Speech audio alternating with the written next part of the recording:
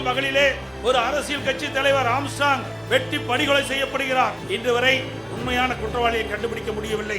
இந்த ஆட்சியிலே பாலியல் வன்கொடுமை நடக்காத நாளே இல்லை. இன்றைக்கு கிருஷ்ணகிரியில 2 வயது குழந்தையை கூட விட்டு வைக்கலை. திராவிட முன்னேற்ற கழக கட்சியை சேர்ந்த ஒருவர் 2 வயது பச்சிளம் குழந்தையை பாலியல் சீண்டல் ஆளாக்கி கொலை செய்யப்படுகின்ற நிகழ்வு இந்த ஆட்சியிலே தான் பார்க்கப்படுகிறது. நாம் பார்ப்பதெல்லாம் நாம் வைத்திருக்கின்ற பணத்தை திருடுவார்கள், இல்லது வீட்டிலே திருடர்கள் பூந்து நகையை திருடுவார்கள். ஆனால் இன்றைக்கு விடியா திமுக ஆட்சியிலே உடல் உறுப்புகளை திருடுகின்ற ஒரே ஆட்சி இந்த ஆட்சியிலே தான் பார்க்கப்படுகிறது. ஆனால் இன்றைய முதலமைச்சர் ஆளுகின்ற ஆட்சி இருக்கின்ற வரை அவர் போட்டோ ஷூட், தினந்தோறும் காலையிலே போட்டோ ஷூட் எடுப்பார், மாலையிலே பத்திரிகையில ஊடகத்தில் வரும். அதுதான் இந்த 5 ஆண்டு காலத்தினுடைய இந்த விடியா திமுக ஆட்சியுடைய சாதனை என்பதை நாட்டு மக்கள் அறிவார்கள். அது மட்டுமல்ல, ஸ்டாலின் எப்பொழுது பார்த்தாலும் சொல்கிறார் இந்தியாவிலேயே முதல் மாநிலம் தமிழ்நாடு என்று சொல்கிறார். எதில் முதல் மாநிலம்? கடன் வாங்குவதிலே முதல் மாநிலம் தமிழ்நாடு. அத்தனை பேர் கடன்காரனா ஆக்குனது திமுக ஆட்சியில மறந்துவிடக் கூடாது. அறுவை சிகிச்சையில் ஆக்குணம் இது ஆயுட்கால நிவாரணம். டாக்டர் ஸ்ரீவர்மாஸ் Money is 65. இது மட்டும்தான் பழையன்னா Milky Mist, only Milky Mist. இன்றைய தினம் நம்முடைய குழந்தைகளை சிறப்பான கல்வி கிடைக்க வேண்டும் என்ற அடிப்படையிலே பள்ளிக்கு அனுப்புகிறோம், கல்லூரியிலே படிக்க வைக்கின்றோம். அவருடைய எதிர்காலம் சிறக்க வேண்டும் என்ற அடிப்படையிலே எவ்வளவு கஷ்டத்துக்கு இடையிலும் நாம் பெற்ற பிள்ளை எதிர்காலத்திலே சிறப்பாக வாழ வேண்டும் என்ற அடிப்படையிலே நாம் பள்ளிக்கும் கல்லூரிக்கும் அனுப்பி வைக்கின்றோம். ஆனால் இன்றைய ஆட்சியாருடைய கொடுமையால் அந்த பள்ளி மாணவர்கள் கல்லூரிகள் அருகிலே கஞ்சா விற்பனையால் இன்றைக்கு அந்த மாணவர்கள் அதற்கு அடிமையாகி அவள் சீரழியக்கூடிய காட்சி தமிழகத்திலே பார்க்கப்படுகிறது. இன்றைக்கு பத்திரிகையில் ஊடகங்கள் வருகின்ற பெரும்பாலான செய்தி இன்றைக்கு மாணவர்கள், இளைஞர்கள், பொதுமக்கள் போதைப் பொருளுக்கு அடிமையாகி சீரழியக்கூடிய காட்சியை அவ்வப்போது தொலைக்காட்சியிலும் பத்திரிகையிலும் பார்க்க கடந்த திராவிட முன்னேற்ற கழக ஆட்சியிலே பார்க்கப்படுகிறது. நெஞ்சையே பதற வைக்கின்ற சம்பவம் ஒன்று நடந்தது. திருநெல்வேலியிலே 9ஆம் வகுப்பு படிக்கின்ற மாணவிகள் பள்ளியிலே மது அருந்தக்கூடிய காட்சி எவ்வளவு வேதனையாக ஒரு சம்பவம் என்பதை நாம் எண்ணி பார்க்க வேண்டும். நம்முடைய குழந்தையுடைய எதிர்காலத்திற்காக பள்ளிக்கு அனுமதிக்கின்றோம். ஆனால் இந்த விடியா திமுக ஆட்சியிலே படிக்கிற காலத்திலே பள்ளியிலே மாணவிகள் மது அருந்துகின்ற காட்சி பத்திரிகையில் ஊடகத்தில் வருகின்றது. ஒரு வேதனையான சம்பவம். அதை பற்றியெல்லாம் இந்த அப்பா ஸ்டாலின் கவலைப்படுவதாக தெரியவில்லை. இன்றைக்கு தமிழகத்தில் உளவுத்துறை இருக்கின்றதா என்று மக்கள் கேட்கின்ற நிலைக்கு உளவுத்துறையுடைய செயல்பாடு செயலிழந்து இருக்கின்றது. இப்படிப்பட்ட சம்பவங்கள் நடைபெறுகின்ற பொழுது, போதைப் பொருள் விற்பனை அதிகரிக்கின்ற பொழுது அரசுக்கு உரிய முறையிலே தெரிவித்து அந்த உளவுத்துறை செயல்பட்டு இருக்க வேண்டும். ஆனால் தமிழகத்தில் இருக்கின்ற உளவுத்துறை திரு கருணாநிதி குடும்பத்திற்கு, ஸ்டாலின் குடும்பத்திற்கு ஏவல் செய்கின்ற உளவுத்துறையாகத்தான் பார்க்கப்படுகிறது. இன்றைக்கு போதை ஆசாமிகள் அவர்களை பிடிக்க செல்கின்ற காவலர்களை கண்மூடித்தனமாக தாக்கின்றார்கள். காவலருக்கே இந்த ஆட்சியில் பாதுகாப்பு இல்லாத ஒரு சூழ்நிலை விடியா திமுக ஆட்சியில் தான் பார்க்கப்படுகிறது. சில இடத்திலே அந்த போதை ஆசாமிகளால் கைது செய்ய முற்படுகின்ற பொழுது கத்தி காட்டி காவலர்களை மிரட்டுகின்ற காட்சி நாம் பத்திரிகையிலும் ஊடகத்திலும் பார்க்கக்கூடிய அவலங்களை தமிழகத்திலே இன்றைக்கு நிலவிக் கொண்டிருக்கின்றது. இன்றைக்கு பயிரை காப்பது வேலி, மக்களை காப்பது காவல்துறை. அந்த மக்களுக்கே பாதுகாப்பு இல்லாத ஒரு சூழ்நிலை தமிழகத்திலே நிலவிக் கொண்டிருக்கின்றது. அப்படிப்பட்ட அவல ஆட்சிதான் இன்றைக்கு தமிழகத்திலே நடந்து கொண்டிருக்கின்றது. இன்றைக்கு சென்னை மாநகரம் பட்டம் பகலிலே ஒரு அரசியல் கட்சி தலைவர் ஆம்ஸ்ட்ராங் வெட்டி படுகொலை செய்யப்படுகிறார். இன்று வரை உண்மையான குற்றவாளியை கண்டுபிடிக்க முடியவில்லை. அதே போல திராவிட முன்னேற்ற கழகத்திலே கூட்டணியில் அங்க வைக்கின்ற காங்கிரஸ் கட்சியினுடைய திருநெல்வேலி காங்கிரஸ் கட்சியுடைய மாவட்ட தலைவர் திரு ஜெயக்குமார் அவர்கள் வெட்டி சாக்கப்படுகிறார். அவர் எரித்து கொலை செய்யப்படுகிறார். அந்த கொலை குற்றவாளிகளும் இதுவரை கண்டுபிடிக்க முடியவில்லை. இன்றைக்கு ஒரு 15 நாட்களுக்கு முன்பு நாங்குநேரில் இருசக்கர வாகனத்தில் போதை ஆசாமிகள் சாலையிலே சென்று கொண்டிருந்தவர்களை வெட்டி சாய்க்கின்றார்கள்.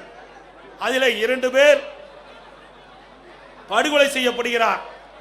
அதே போல சிவகங்கை மாவட்டம் அந்த பகுதியில் இருசக்கர வாகனத்தில் போதை ஆசாமிகள் சென்று கொண்டிருந்த பொழுது சாலை ஓரமாக நின்றவர்களை வெட்டி சாய்க்கப்படுகின்ற காட்சி இந்த ஆட்சியிலே பார்க்கப்படுகிறது. இந்த ஆட்சியிலே பாலியல் வன்கொடுமை நடக்காத நாளே இல்லை. இன்றைக்கு கிருஷ்ணகிரியில் 2 வயது குழந்தையை கூட விட்டு வைக்கலை. திராவிட முன்னேற்ற கழக கட்சியை சேர்ந்த ஒருவர் 2 வயது பச்சிளம் குழந்தையை பாலியல் சீண்டல் ஆளாக்கி கொலை செய்யப்படுகின்ற நிகழ்வு இந்த ஆட்சியிலே தான் பார்க்கப்படுகிறது. நாமக்கல் மாவட்டம் குமராபாளையத்தில் வீதியிலே விளையாடி கொண்டிருந்த 9 வயது சிறுமியை ஒரு காம கொடுகிறன் அந்த சிறுமியை அழைத்து சென்று பாலியல் வன்கொடுமை செய்யப்பட்ட காட்சி தொலைக்காட்சியிலே நாம் பார்த்தோம். இதையெல்லாம் எந்த அளவுக்கு இந்த ஆட்சியிலே கொடுமை நடந்து கொண்டிருக்கின்றதை நாம் எண்ணி பார்க்க வேண்டும்.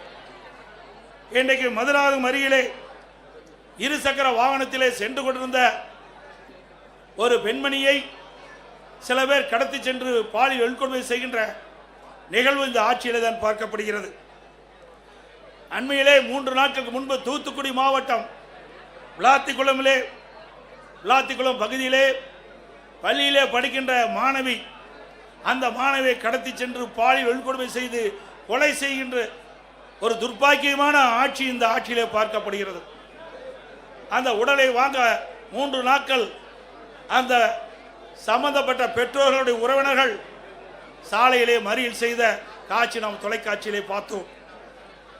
அதே போல அண்ணா நகரிலே ஒரு சிறுமி பாலியல் சீண்டலுக்கு ஆளாக்கப்பட்டு நீதிமன்றம் மாநில காவல்துறை விசாரிக்கப்பட்டால் நியாயம் கிடைக்காது என்று சிபிஐ விசாரிக்க வேண்டும் என்று தீர்ப்பளிக்கப்பட்டது. அதை எதிர்த்து வெக்கங்கட்ட அரசு உச்சநீதிமன்றத்தில் மேல்முறையீடு செய்கிறது. அப்படி என்றால் கொலை குற்றவாளிகளை இந்த அரசு எப்படி பாதுகாக்குது என்பதை நாம் எண்ணி பார்க்க வேண்டும். அதே போல கள்ளக்குறிச்சியிலே கள்ளச்சாராய் அருந்தி சுமார் 68 பேர் மரணமடைந்தார்கள். அதற்கு ஆளுங்கட்சி சேர்ந்தவர்கள் துணை நின்ற காரணத்தினாலே ஆளுங்கட்சியில் இருக்கின்ற அந்த நபர்கள் தப்பித்து விடக்கூடாது என்பதற்காக மாநில காவல்துறை விசாரிக்கப்பட்டால் நியாயம் கிடைக்காது என்ற அடிப்படையிலே அனைத்து இந்திய அண்ணா திராவிட முன்னேற்ற கழகம் உயர்நீதிமன்றத்திலே இந்த வழக்கை சிபிஐ விசாரிக்க வேண்டும் என்று வழக்கு தொடர்ந்தும் நீதிமன்றம் சிபிஐ விசாரிக்கலாம் என்று தீர்ப்பளிக்கப்பட்டது. ஆனால் இந்த விடியா திமுக அரசு உச்ச நீதிமன்றத்திலே மேல்முறையீடு செய்தது. இதிலிருந்து நாம் பார்க்க வேண்டும், குற்றவாளிகளுக்கு துணை நிற்கின்ற அரசாங்கமாக திரு ஸ்டாலின் அரசு செயல்பட்டது என்பதை நிரூபணமாயிருக்கின்றது. அதே போல அண்ணா பல்கலைக்கழகத்திலே மாணவி பாலியல் சீண்டலுக்கு ஆளாக்கப்படுகிறார். அதிலே ஒரு அமைச்சர் திமுக கட்சி சேர்ந்தவர்களெல்லாம் ஈடுபட்டிருக்கின்றார்கள். ஆனால் அந்த வழக்கு நீத்து போகின்ற அளவுக்கு இன்றைய நிலைமை இருக்கின்றது. மீண்டும் அண்ணா திமுக ஆட்சி மலரும், இதை தூசி தட்டி எடுக்கப்பட்டு உண்மை குற்றவாளிகளை சட்டத்தின் முன் நிறுத்தப்படுவார்கள். அதே போல இன்றைய ஆட்சியாளர்களை தினந்தோறும் கனிம வளங்கள் கொள்ளையடிக்கப்படுகின்றன. இன்றைக்கு கரூரிலே ரவுடிகளை வைத்து ஒரு நாள் ஒன்றுக்கு 3000 லாரிகளில் மணல் அள்ளப்படுகின்றது. தினந்தோறும் 1.5 கோடி ரூபாய்க்கு கனிம வளங்கள் கொள்ளை போகின்றன. பகிரங்கமாக மணல் கடத்தப்படுகிறது. நம்முடைய முன்னாள் அமைச்சர் அருமை சகோதரர் விஜயபாஸ் அவர்கள் காவல் நிலையத்தில் புகார் கொடுக்கின்றார். அங்கிருக்கின்ற மாவட்ட ஆட்சித்தளத்தில் புகார் கொடுக்கின்றார். சம்பந்தப்பட்ட துறை அதிகாரத்திலே புகார் கொடுக்கின்றார். எந்த புகாரும் அவர் எடுத்துக்கொள்ளப்படவில்லை. அதிகாரிகளுடைய துணை கொண்டு இதுவரை மணல் கொள்ளை சர்வசாதாரணம் நடந்து கொண்டிருக்கிறது. அங்கே ஒரு திமுக முன்னாள் அமைச்சர் முழுமையாக இந்த கனிம வள கொள்ளையிலே ஈடுபட்டிருக்கின்றார். ஆக இப்பொழுது இருக்கின்ற அதிகாரிகள் அத்தனை பேரும் இந்த கனிம வள கொள்ளைக்கு துணை வகிக்கின்றார்கள். அனைத்து இந்திய அண்ணா திராவிட முன்னேற்ற கழக அரசு உங்களுடைய மகத்தான ஆதரவை ஆட்சி அமைந்தவுடனே இந்த கனிம வள கொள்ளையிலே யாரெல்லாம் ஈடுபட்டார்கள், யாரெல்லாம் இதற்கு துணை நின்றார்கள், அவர்கள் மீதெல்லாம் சட்ட ரீதியாக நடவடிக்கை எடுக்கப்படும் என்பதை நேரத்தில் தெரிவித்துக் கொள்கின்றேன். இன்றைக்கு நாம் பார்ப்பதெல்லாம் நாம் வைத்திருக்கின்ற பணத்தை திருடுவார்கள், இல்லது வீட்டிலே திருடர்கள் பூந்து நகையை திருடுவார்கள். ஆனால் இன்றைக்கு விடியா திமுக ஆட்சியிலே உடல் உறுப்புகளை திருடுகின்ற ஒரே ஆட்சி இந்த ஆட்சியிலே தான் பார்க்கப்படுகிறது. சிந்தித்து பாருங்கள். நாமக்கல் மாவட்டம் அந்த பகுதியிலே வறுமையின் காரணமாக ஏழைகள் அவருடைய உடல் உறுப்பு கிட்னியை முறைகேடாக இன்றைக்கு திமுக கட்சி சேர்ந்த எம்எல்ஏ மருத்துவமனையிலே அழைத்து சென்று முறைகேடாக அவருடைய கிட்னியை இன்றைக்கு திருடியிருக்க என்று சொன்னால் இந்த ஆட்சி எப்படிப்பட்ட ஆட்சி என்பதை எண்ணி பார்க்க வேண்டும். அது மட்டுமல்ல, இது கண்டுபிடித்ததும் திராவிட முன்னேற்ற கழகம் தான். இதற்கு ஒரு குழு போட்டதும் திராவிட முன்னேற்ற கழகம் தான். ஆக இதையெல்லாம் கண்டுபிடித்த பிறகு சட்ட ரீதியாக இந்த மருத்துவமனை மீது எந்த நடவடிக்கை எடுக்கப்படவில்லை. ஆக அதிமுக ஆட்சி மலர்ந்தவுடன் இந்த கிட்னி முறைகேட்டில் ஈடுபட்ட அந்த மருத்துவமனை சம்பந்தப்பட்டவர்கள் மீது சட்ட ரீதியாக அதிமுக அரசு நடவடிக்கை எடுக்கப்படும். அமைச்சரவையில் இடம்பெற்றிருக்கின்ற ஒரு துறை நகர்ப்புற வளர்ச்சித்துறை, குடிநீர் வழங்கத்துறை. அந்த துறையிலே அமலாக்கத்துறை இன்றைக்கு ஆய்வு செய்யப்பட்டு சோதனையிடப்பட்டு அந்த சோதனையிலே கிடைக்கப்பட்ட ஆதாரத்தின் அடிப்படையிலே இவர்கள் மீது நடவடிக்கை எடுக்க வேண்டும் என்று அரசுக்கு காவல்துறை, உயர்ந்த காவல்துறைக்கு அறிக்கை அனுப்பப்படுகிறது. 3 முறை அறிக்கை அனுப்பப்பட்டது அமலாக்கத்துறையின் மூலமாக. இதுவரை நடவடிக்கை எடுக்கப்படவில்லை.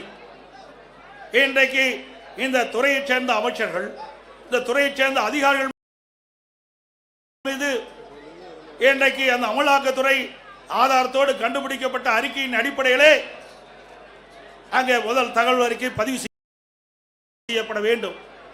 ஆனால் இதுவரை செயல்படவில்லை.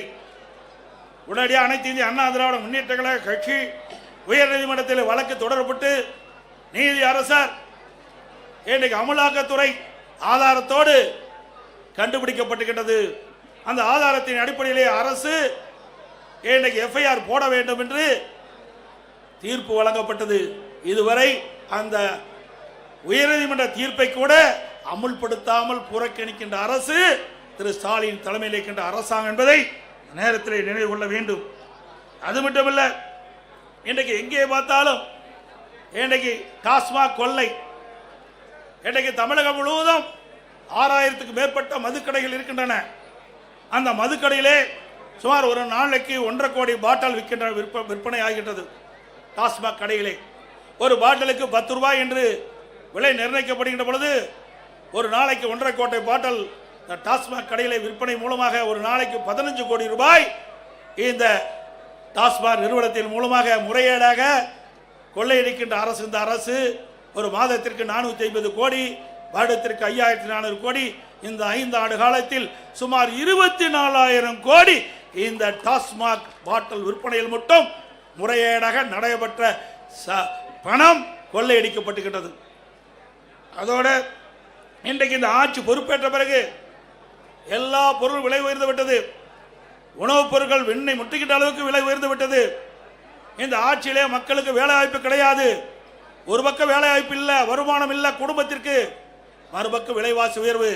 அரிசி விலை உயர்ந்து விட்டது, எண்ணெய் விலை உயர்ந்து விட்டது, பருப்பு விலை உயர்ந்து விட்டது. இன்றைக்கு மளிகை சாமானுடைய பொருள் உயர்ந்து விட்டது 40%. ஆக மக்கள் குடும்பம் நடத்துவதற்கே கடினமான சூழ்நிலை தத்தளித்துக் கொண்டிருக்கின்ற நிலை இந்த ஆட்சியிலே பார்க்கப்படுகிறது. அதையெல்லாம் குறைப்பதற்கு இந்த அரசாங்கத்திலே போதிய கவனம் செலுத்தவில்லை.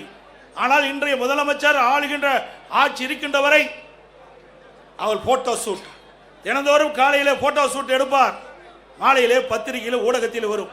அதுதான் இந்த 5 ஆண்டு காலத்தினுடைய இந்த விடியா திமுக ஆட்சியுடைய சாதனை என்பதை நாட்டு மக்கள் அறிவார்கள். அதேபோல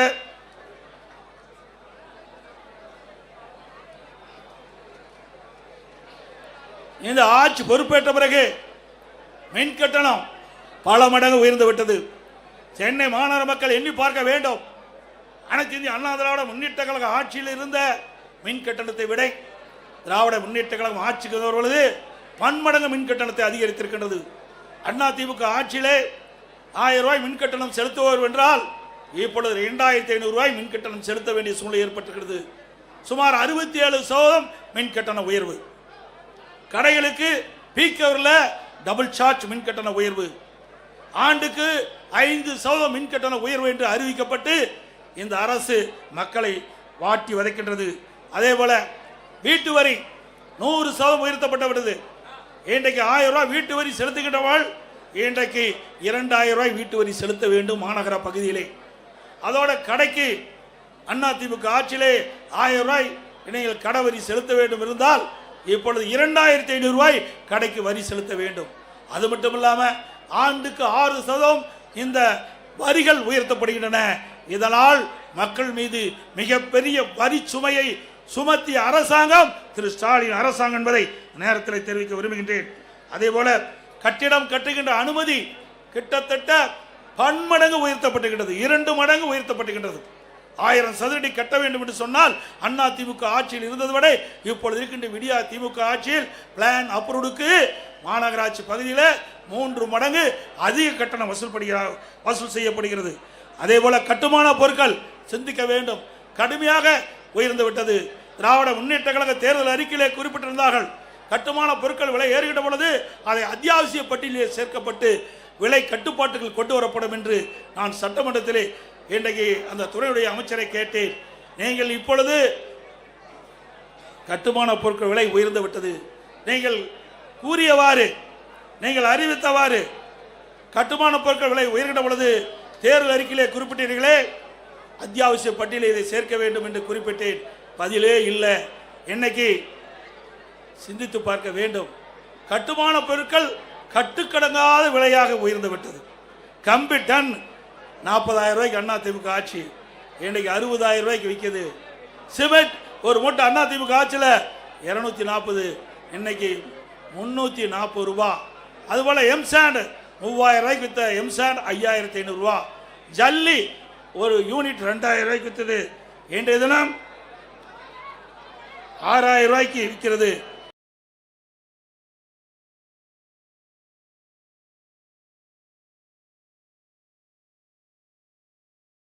இப்படி பன்மடங்கு கட்டுமான பொருட்களுடைய விலை உயர்ந்தனால கட்டுமான தொழில் கடுமையாக பாதிக்கப்பட்டது. லட்சக்கணக்கான தொழிலாளர்கள் பாதிக்கப்பட்டார்கள். இன்றைக்கு வீடு கட்டுகின்றவர்கள் மிகுந்த வேதனைக்கு உட்பட்ட நிலை இன்றைக்கு உருவாக்குகிறது. அது மட்டுமல்ல, ஸ்டாலின் எப்பொழுது பார்த்தாலும் சொல்லுகிறார் இந்தியாவிலேயே முதல் மாநிலம் தமிழ்நாடு என்று சொல்லுகிறார். எதில் முதல் மாநிலம்? கடன் வாங்குவதிலே முதல் மாநிலம் தமிழ்நாடு. அத்தனை பேர் கடன்காரனா ஆக்குனது திமுக ஆட்சியில, மறந்துவிடக்கூடாது. இந்த கடனெல்லாம் நாம் தாம் அடைக்க வேண்டிய சூழ்நிலைக்கு தள்ளப்பட்டிருக்கும் என்பதையும் எண்ணி பார்க்க வேண்டும். அதோடு இன்றைக்கு திராவிட முன்னேற்ற கழக ஆட்சி அமைந்த பிறகு 2026 மொத்த கொலைகள் 110 கொலைகள் இந்த ஆண்டு மட்டும் நடந்திருக்குது. பிப்ரவரி 2026 மொத்த கொலைகள் எண்ணிக்கை 84, மார்ச் 17 எண்ணிக்கை 52. கடந்த 75 நாட்களில் நடந்த மொத்த கொலை எண்ணிக்கை 246 கொலைகள் நடக்குது. கொலைகள் நடக்காத நாளே இல்லை. இந்த ஆட்சி பொறுப்பேற்றது மக்களுக்கு பாதுகாப்பு இல்லை, இன்றைக்கு சிறுமிகளுக்கு பாதுகாப்பு இல்லை, பெண்களுக்கு பாதுகாப்பு இல்லை, ஒட்டுமொத்த தமிழ்நாட்டு மக்களுக்கே பாதுகாப்பு இல்லாத ஒரு சூழ்நிலை நிறைந்த மாநிலம் தமிழ்நாடு. இன்றைக்கு கடந்த ஒரு இடத்தில் நடந்த கொலைகள் எண்ணிக்கை மட்டும் 1408. இதை அதிகாரிகளை வைத்து இன்றைக்கு பேட்டி கொடுக்குறாங்க. ஏன் ஆட்சியாளர்கள் பேட்டி கொடுக்க முன் வரல? ஏன்னா அவ்வளவு பிரச்சனை இந்த ஆட்சியில் இருக்கின்ற காரணத்தினால அவர்களால் முன்வந்து இந்த செய்தியை மக்களிடத்திலே தைரியமாக சொல்ல முடியாத ஒரு அவல ஆட்சி திமுக பார்க்கப்படுகிறது என்பது நேரத்தில் தெரிவிக்க விரும்புகின்றேன்.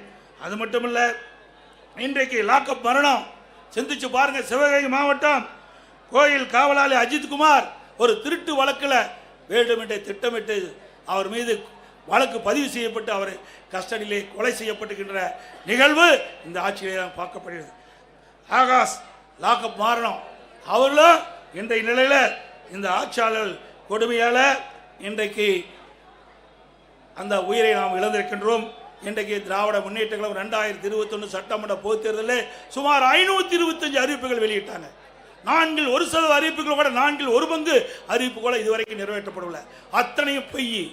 இன்றைக்கு ஸ்டாலின் சட்டமன்றத்திலும் இன்றைக்கு ஊடகத்திலும் அவர் பேசுகின்ற பொழுது, கருத்துக்களை சொல்லுகின்ற பொழுது, திராவிட முன்னேற்ற கழகம் 98% அறிவிப்புகள் நிறைவேற்றப்பட்டதாக ஒரு பச்சை பொய்யை இன்னைக்கு மக்களிடத்திலே சொல்லிக் கொண்டிருக்கின்றார். அத்தனையும் பொய். மக்கள் புரிந்து கொண்டார்கள். இந்த ஆட்சியை விரட்டி அடிக்க மக்கள் முன் வந்து விட்டார்கள். இன்றைக்கு கொடுக்கப்பட்ட வாக்குறுதியை நிறைவேற்றாத காரணத்தினாலே அரசு ஊழியர்கள் வீதியிலே வந்து போராடக்கூடிய சூழ்நிலைக்கு தள்ளப்பட்டார்கள். அதே போல தூய்மை பணியாளர்கள் எப்படி கொடுமைப்படுத்தினார்கள் இந்த ஆட்சியிலே என்பது அத்தனை பேருக்கும் தெரியும். ஊடகத்திலும் பத்திரிகையிலும் பார்த்தோம். அப்படி தூய்மை பணியாளர்களையும் கொடுமைப்படுத்திய அரசாங்கம் விடியா திமுக அரசும். அதே போல கொடுக்கப்பட்ட வாக்குறுதியை நிறைவேற்ற வேண்டும் என்று பகுதி நேர ஆசிரியர்கள், சத்துணவு அமைப்பாளர்கள் வீதியிலே வந்து போராடுகின்ற நிலை இந்த ஆட்சியிலே பார்க்கப்பட்டது என்ற செய்தி இந்த நேரத்தில் தெரிவித்து, இன்றைக்கு இவ்வளவு பிரச்சனைக்கு காரணம் சட்ட ஒழுங்கு நிரந்தர டிஜிபி நியமிக்கல. கிட்டத்தட்ட 9 மாத காலமாக நீதிமன்றம் குறிப்பிட்டு கூட இன்னும் தமிழகத்தில் ஒரு நிரந்தர சட்ட ஒழுங்கு டிஜிபியை நியமிக்க முடியாத ஒரு திராணற்ற அரசு விடியா திமுக அரசாங்கம் என்பதை நேரத்தில் தெரிவித்து, இனியாவது பத்திரிகையாளர் ஊடக நண்பர்களும் தகுதியுமா செய்தி போடுங்க. இத்தனை நாள் பயந்து இருந்தது போதும்.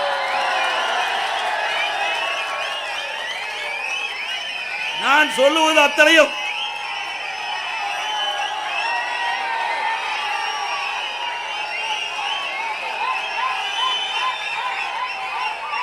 நான் இதுவரைக்கும் சொன்ன செய்திகள் அத்தனையும் பத்திரிகையிலும் ஊடகத்திலும் வந்தவை, நாங்களாக தெரிவித்து சொல்லவில்லை.